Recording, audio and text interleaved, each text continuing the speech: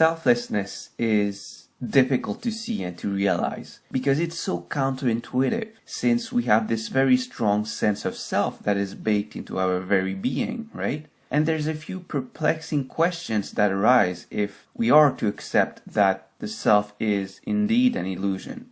If there is no self to whom things are happening, then who is it that is listening to this course? Who feels emotions, has memories? What does it mean to say that there's no self? In thinking about this, it might be quite unsettling. That is why it has to be experienced first in order to be understood fully.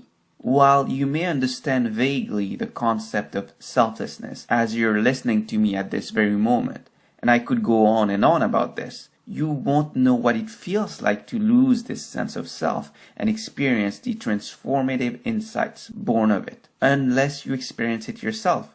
As the observing power of your mind gets stronger, as your awareness sharpens and stabilizes, you will slowly discover how most of us are imprisoned in this conventional idea of self. And the reason is called perception.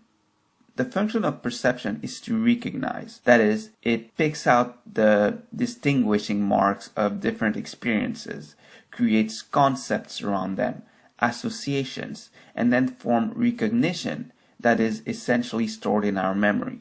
So for example, when we hear a particular sound, we think car, or plane, or baby, or whatever it is. In the markets, when we see markets moving up or down, we think win or loss. And if we think loss, we think hurt, pain. So you see, that concept of car, plane, baby, or market movement is arising out of our perception of sound or sight or other sensory inputs.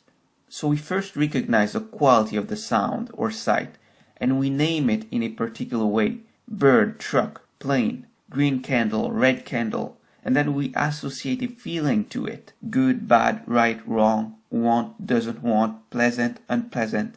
There are endless, innumerable examples of this. This is happening all the time in our lives. This process of seeing, associating, recognizing, and then replaying again. We recognize men, women, different colors, sound, different experiences, painful ones, pleasant ones. Everything in our world, really. We create concepts and then we store them in our memory for later use. This is how we construct the whole world around us. We construct it through perception. So perception is everything, because our perception ultimately becomes the world we inhabit.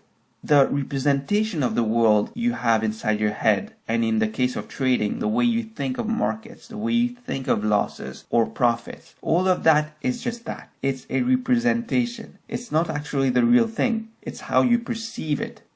Now, how is that true, and why is it important? I'd like you to imagine a scenario where you wake up in the morning and you witness a huge gap down in the markets, way below your stop. The gap is so large that your trading account is reduced to rubbles. I know, pretty extreme, but I'm just trying to make a point. Okay, so you're traumatized for life. Now imagine another trader going through that same exact ordeal. His response, however, is almost opposite to yours. The guy or gal feel almost liberated by such an event and decides that this is a great chance to start anew. Again, it's exactly the same event, but two radically different responses. So what is happening there? You see, the way people perceive reality is subjective, and it's going to differ from person to person. And insofar as it differs, it pinpoints the very reason why some people seem to be more positive than others, more resilient in the face of vicissitudes, happier, and so on and so forth, given the same experiences. Again, it's just their perception of the experience that is different. In the world, we are constantly bombarded with all kinds of information coming to our five senses. The best estimate I've read recently is that there are 6 billion bits per second worth of information available to our senses on a moment-to-moment basis. The research also tells us that our brain has a limited amount of information it can perceive at a conscious level. And that number is a mere 134 bits per second. That's a big difference, isn't it? 6 billion bits per second of information available to our senses, and only 134 bits per second get in. Not surprisingly, what that means is that there is a huge filtering activity going on. And so we develop habits in the way we think about things. We are constantly filtering information and selecting ones that already fit our worldview. One thing to understand is that nothing is inherently dual in this world. Good or bad, right or wrong, are only concepts spawn of the human mind. Reality is inherently non-dual, and so nothing is actually happening to us or for us. Life just happens, my friends, and everyone is experiencing things based on the mental map they hold of the world. And depending on how they have acquired this mental map, they might be seeing the world in detrimental ways. So there is always a different way to see something and to experience it beyond our existing perception. And it's an important thing to understand as we continue to evolve as individuals first and as traders second. There's a nice little story which illustrates this pretty well, and it's quite touching. At least it has been to me when I first heard it. In a class of first or second graders, the teacher asks, "What color are apples?" Most of the children in the class say red, yellow, golden, or green. Then a little boy raises his hand and says white. The teacher looks surprised and says, "There are no white apples. You must be thinking of something else." But the young boy insistently says, "No, apples are white." And the teacher gets a little bit firm after a while and says, "No, that is not correct." Finally, the little boy says, "Well, when you cut the apple open, it's white."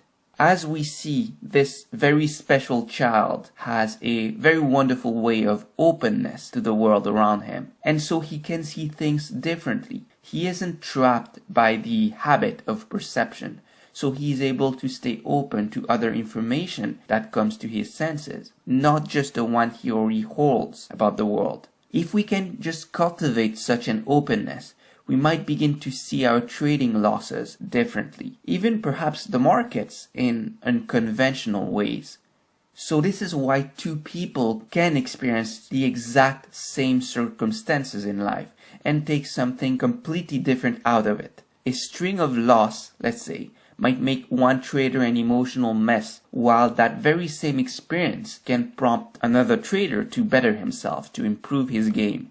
Okay, listen, we're not always in control of what's happening to us in the markets or in life, and that is a fact. You may be robbed of hard-earned profits, or you may be blessed with additional gains, and some combination of the two will always happen as you keep trading. But that's not really the point. The point is, if you feel like you're constantly struggling, then you live in a world that's all about constantly struggling. And if you feel like you're constantly being blessed, then you live in a world that's all about constantly being blessed. Either way, through your thoughts and behavior in the present, you're always choosing to cultivate a state over the other. What we see when we interpret the world and the situations we find ourselves in is only a reflection of what's inside of us. It's a mirror that casts back to us our own reflection. And this is something I think is important to reflect upon.